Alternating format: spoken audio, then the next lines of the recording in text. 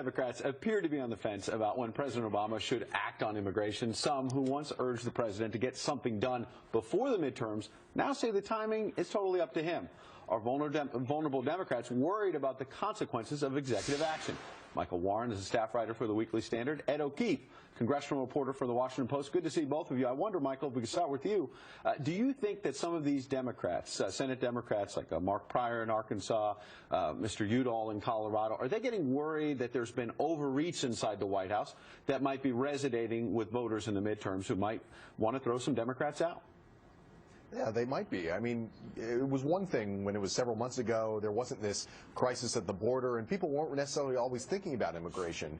And to fast forward to now in August, the polls show that people aren't exactly thrilled with the idea of maybe pushing forward some kind of authorization for illegal immigrants who are living in the United States to be legalized. And I think that they may be rethinking pushing the president to do this, and I think the president may be rethinking it as well. I don't know. We'll have to see what happens in the next couple of months. But I think the politics are maybe a little more complex than people might have thought at the beginning of the year. Ed, you cover Congress, so take us inside the dome there, because bottom line is when we push them at the White House on these executive actions, they tell us the reason is that House Republicans are not moving on comprehensive immigration reform. Are the Republicans feeling any heat about not acting, and is that why the president has to act on his own?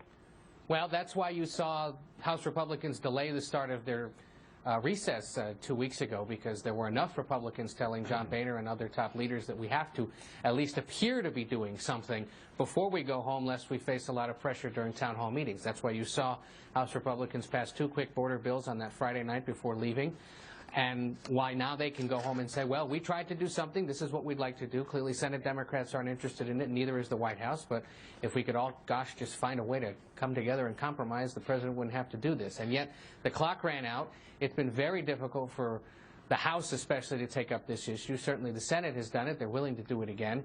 And we'll wait and see. I think you're right. There are at least 4, maybe more than that, Democratic senators running for re-election who could see this become an issue in their campaigns. The White House is perfectly aware of that. They've been talking to Democrats. They've been talking to outside groups. They've even been talking to the State Department about how this could be potentially perceived in Central America, where these people are coming Let from. me just get 30 seconds from each of you. I want to widen the lens a little bit beyond immigration. Well, I think what our viewers want to know is we've heard all this talk about Republicans might be able to get control of the Senate, and if they do, the president's agenda is going to be dead on Capitol Hill. Michael, you first.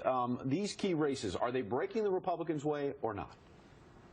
I think the national trend is not necessarily breaking in the Republicans' direction, but it's breaking against President Obama and the Democrats. I think there was a recent poll that showed Republicans really aren't doing that much better among the American public than Democrats are. It's that President Obama is pretty much at his worst position throughout his presidency, and I think that's reflective in these polls. They're not necessarily blowouts by the Republicans. They're close, but I think they are leaning in the Republicans' direction, but not through any agency of their own. Let me get Ed O'Keefe, 15 seconds. Are the Republicans failing to capitalize on the president's polls? Well, they haven't pulled away in Arkansas, Louisiana, North Carolina, or Alaska, which are sort of the big 4. They're certainly winning in other places as expected. But if those 4 are sort of the marquee and closest to watch, they're not pulling away. And Democrats are remaining competitive in Georgia and Kentucky, 2 ones that Republicans hope to hold on to. Thanks, Ed O'Keefe, Michael Warren. Good discussion. And we want to hear from you. Will President